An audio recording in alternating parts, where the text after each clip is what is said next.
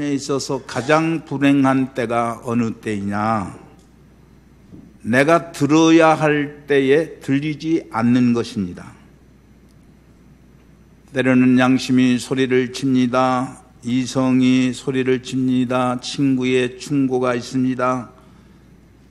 특히 하나님의 말씀을 우리가 듣는 때 이 소리를 들어도 들리지 않는 그때가 가장 불행한 때이라는 것을 우리는 알아야 되는 것입니다.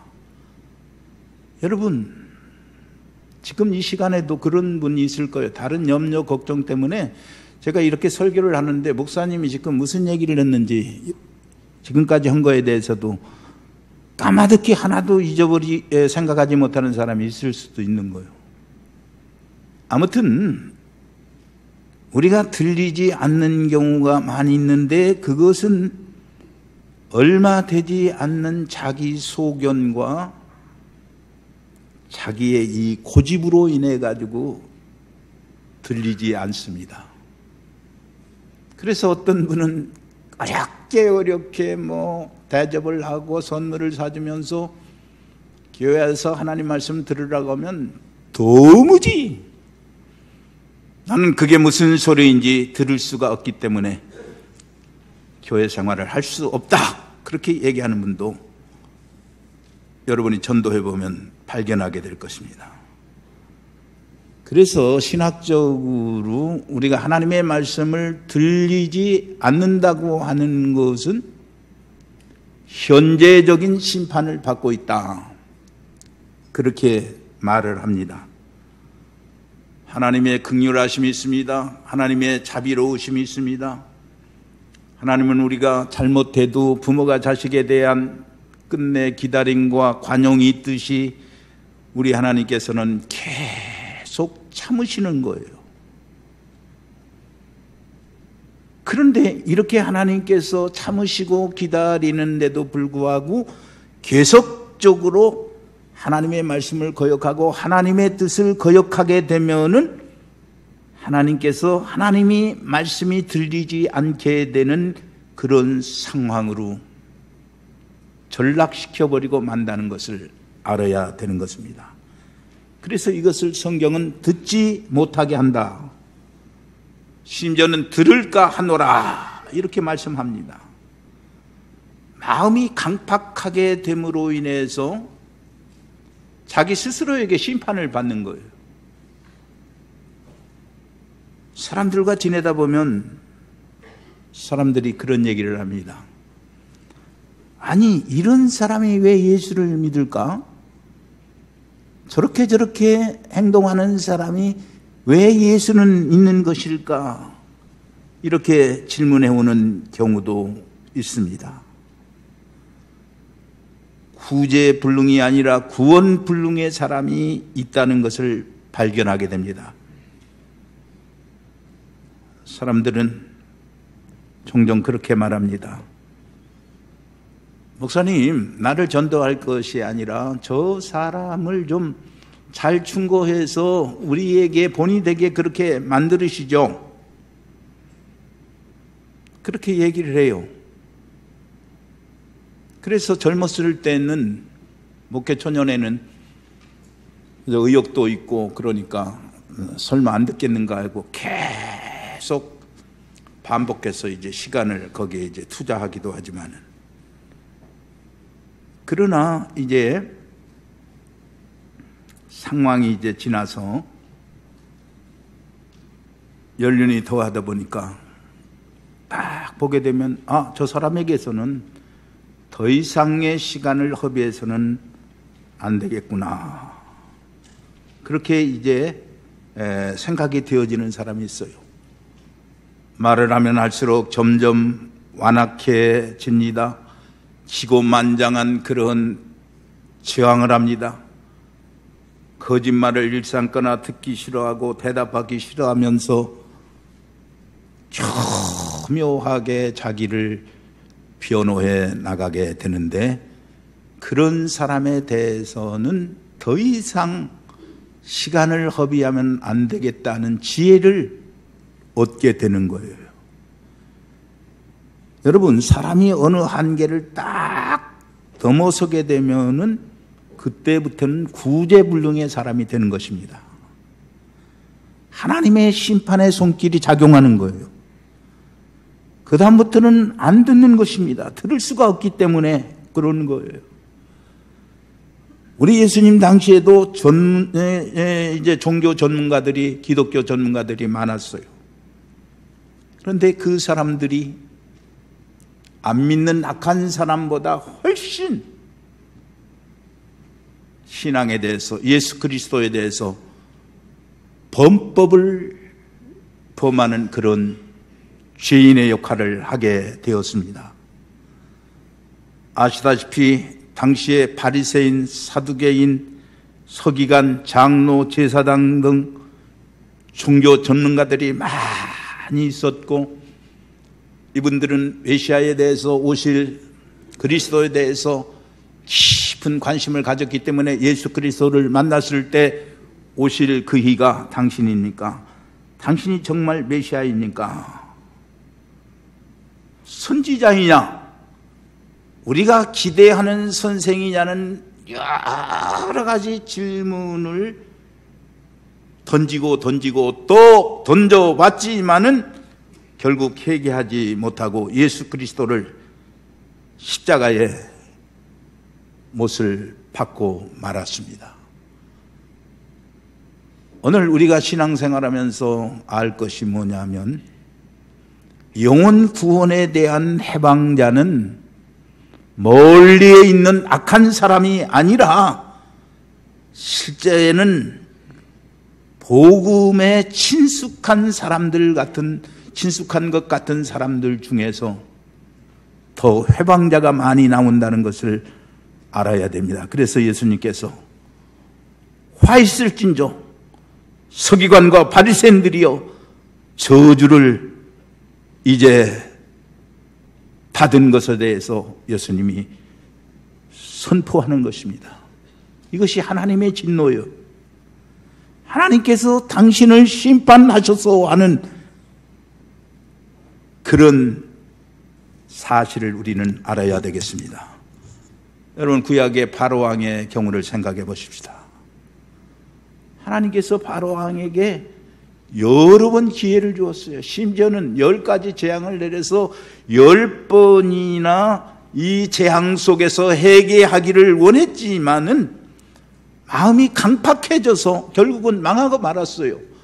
자세한 기록은 없지만은 이스라엘을 추격하다가 홍해에서 빠져 죽은 것으로 그렇게 이해를 합니다. 왜 그러냐면 그 당시에 이제 전쟁이나 이런 어떤 대항하는 무리를 추격할 때는 왕이 선두지휘한 경우가 많이 있기 때문에 그래요. 여러분, 하나님의 심판이라고 하는 것은 미래적인 것만 아니고 현재적인 심판도 있는 거예요. 나는 다 아는 것처럼, 더 이상 알 필요가 없다는 것처럼, 더 이상 내가 헌신하지 않아도 된다는 그런 생각으로 살아가는 사람에게는 하나님의 말씀이 들리지 않는다는 말이에요. 여러분, 못 듣는 이유가 뭡니까?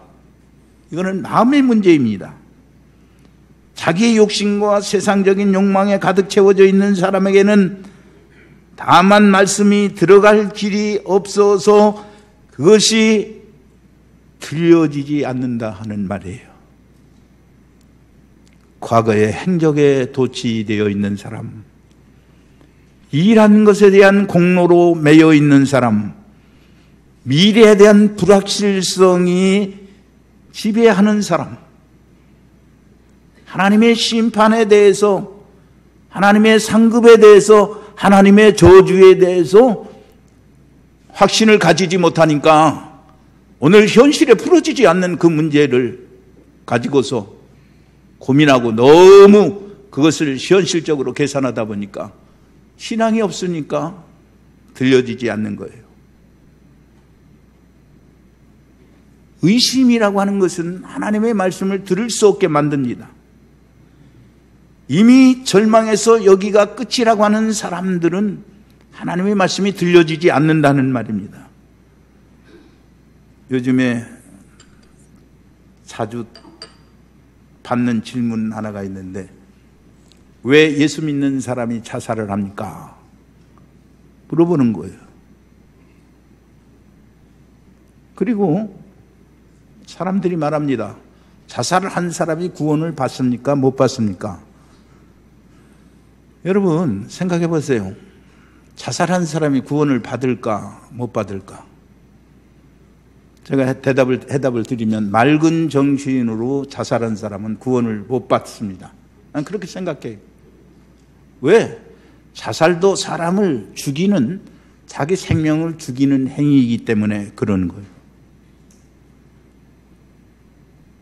그러나 우리가 가만히 생각해 보면, 자살을 하는 사람이 왜 자살을 하느냐?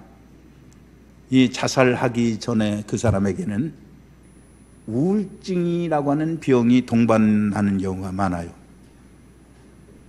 여러분, 우리가 육체적으로 어떤 병균이 들어가서 이제 상처가 생기고 또 이제 다른 열이 나고 여러 그 이상이 생기는 것만 병이 아니에요. 정신적으로 잘못된 것도, 그것도 병입니다. 그래서 우리 예수 믿는 사람에게 가장 무서운 것은 우울증이라고 하는 병이에요. 이 우울증에 걸리면 자기 자신에게 자유가 없습니다. 생각의 자유가 없어요. 자꾸만 애골수로 빨려 들어가면서 절망하게 되고 죽고 싶은 마음으로, 피폐한 마음으로 이렇게 전락돼 버립니다. 그래서 생각의 자유를 잃은 비정상적이 되어져서 모든 것을 판단할 수 있는 그런 능력을 잃어버리게 되는 거예요. 여러분, 텔레비전에서도 많이 여러분 들으시지만은, 사람이 염려를 하게 되면 부교감 신경에 이상이 와가지고 점점 우리 신체의 면역력도 떨어지고, 의욕 상실이 되어서 결국 들려지는 말은 모두 절망적인 그런 판단이 돼가지고 결국은 이런 선택을 할 수도 있게 되기 때문에, 멀쩡하니 사고 저질린 사람은 그건 더 엄한 판단이 있고, 좀 생각지 않은 약을 먹었다거나 술을 먹어서 정신이 없어서 실수하는 것은 우리가 어느 정도 그 용납이 되듯이, 이런 질병에 의해서 그 사람이 어떤 선택을 했을 때는 거기에 대한 판단은 하나님께서 하실 일이지만, 똑같은 그런 맑은 정신 속에서 이루어진 것과 같이 판단할 수 없다고 생각되어집니다. 언제는 오늘 우리가 이렇게 하나님 앞에 신앙생활하면서 정말 감사절이 아닌 다른 때에라도 정말 하나님의 말씀이 들려오고 내 속에 감사가 채워지는 인생을 사는 사람이 가장 행복한 사람이라고 하는 사실입니다. 그래서 본문에서 사도 바울은 아주 특별한 감사를 하고 있어요. 감사절 설교를 많이 했지만은, 특별히 오늘 본문에 나오는 이 다른 차원에서의 감사를 살펴보면서 제가 은혜를 받으려고 합니다. 사도행전 14장에 보면 사도 바울은 루스드라라는 곳에 가서 복음을 전했는데, 걷지 못하는 사람의 앞에 와서 열심히 하나님의 말씀을 듣고 있었습니다. 그래서 이렇게 보니까 그 속에 하나님의 말씀을 받아들일 만한 믿음이 있는 것을 보이게 된 거예요. 미안한 얘기입니다만은, 저는 여기에 오래 서 있다 보면은 믿음을 받아들이는지 말씀을 받아들이지 않는지, 다른 생각을 하는지, 어떤 혐오감을 가지고 있는지 다 눈으로 보이는 게 이게 목사의 행복이에요. 불행이라고 하면 불행이지만. 그래서 바울 사다가 보고서 믿음이 있는 것을 보고서 일어나라! 그랬더니 벌떡 일어나게 되었어. 아직껏 한 번도 걸어본 적이 없는 이 안진뱅이가 일어나 걸으니까 사람들이 그 광경을 보고 하늘에서 신이 내려왔다 해서 이 바울 사도에게 제물을 가지고 제사를 드리려고 하는 것이 14장에 쭉 기록되어 있어요. 여러분, 바울 사도가 하나님 말씀을 선포하는 것은 생명을 위한 건강 강연이 아닙니다. 내가 전하는 말이 능력으로 성령으로 역사했다고 사도 바울은 감사하고 있는 것입니다. 그래서 오늘 본문 여기에 13절에도 뭐라고 말을 하고 있습니까? 이러므로 우리가 하나님께 끊임없이 감사함은 너희가 우리에게 들은 바 하나님의 말씀을 들을 때에 사람의 말로 받지 아니하고 하나님의 말씀으로 받음이니 진실로 그러하도다. 이 말씀이 또한 너의 믿는 자 가운데서 역사하느니라. 그렇게 말했어요. 내가 말씀을 전할 때에 사울이라고 하는 바울이라고 하는 한 인간의 말로 받지 아니하고 하나님의 말씀으로 받는 것을 진심으로 감사한다라고 여기에 적시했습니다. 여러분, 목사의 행복이라고 하는 것은 사실은 영원히 변화되는 것, 그거에 대한 기쁨을 가지게 되는 겁니다. 그래서 사도 바울도 내가 그것을 쉬지 않고 감사하노라. 그는 1장 4절에서 하나님이 선택함을 아노라. 설교를 하나님의 말씀으로 받는 것은 선택받은 사람임을 여러분 기억하시기를 바랍니다. 내가 다른 사람들에게도 그렇게 제가 개인적으로 얘기했어요.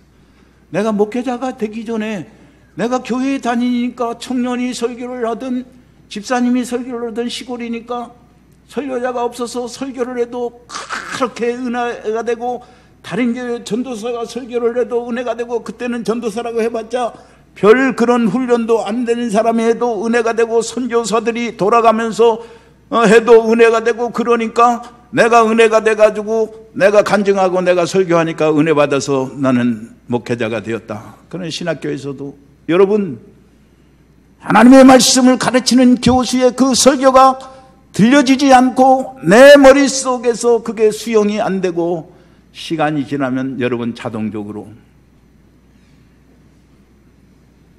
내가 이 학교를 졸업도 못하려니와 여러분은 사명자로 살 수가 없는 것입니다. 그래서 들려주기 위한 그런 간구를 해야 됩니다 하는 얘기를 했어요.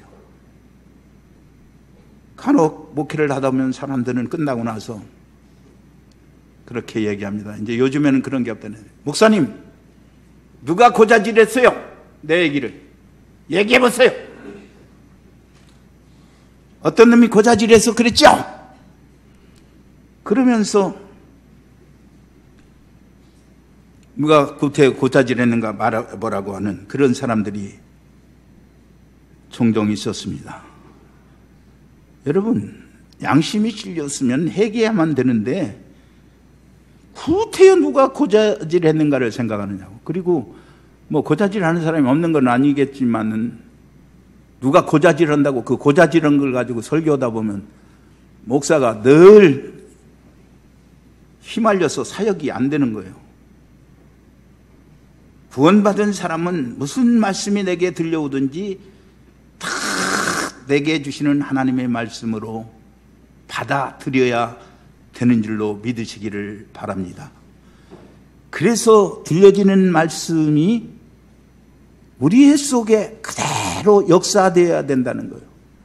예수 그리스도가 이 세상에 오신 것을, 신이 사람의 몸을 입고 오신 것을 신학적으로는 인카네이션이라고 하는 말을 사용하게 되는데, 여러분, 하나님의 말씀을 듣고 말씀으로 받는 것, 능력으로 나타나는 관계에서 이 설교는 일반적 강의가 아닌 카리스마적인 관계가 성립되어지고 그렇게 될 때에 역사가 일어나는 거예요.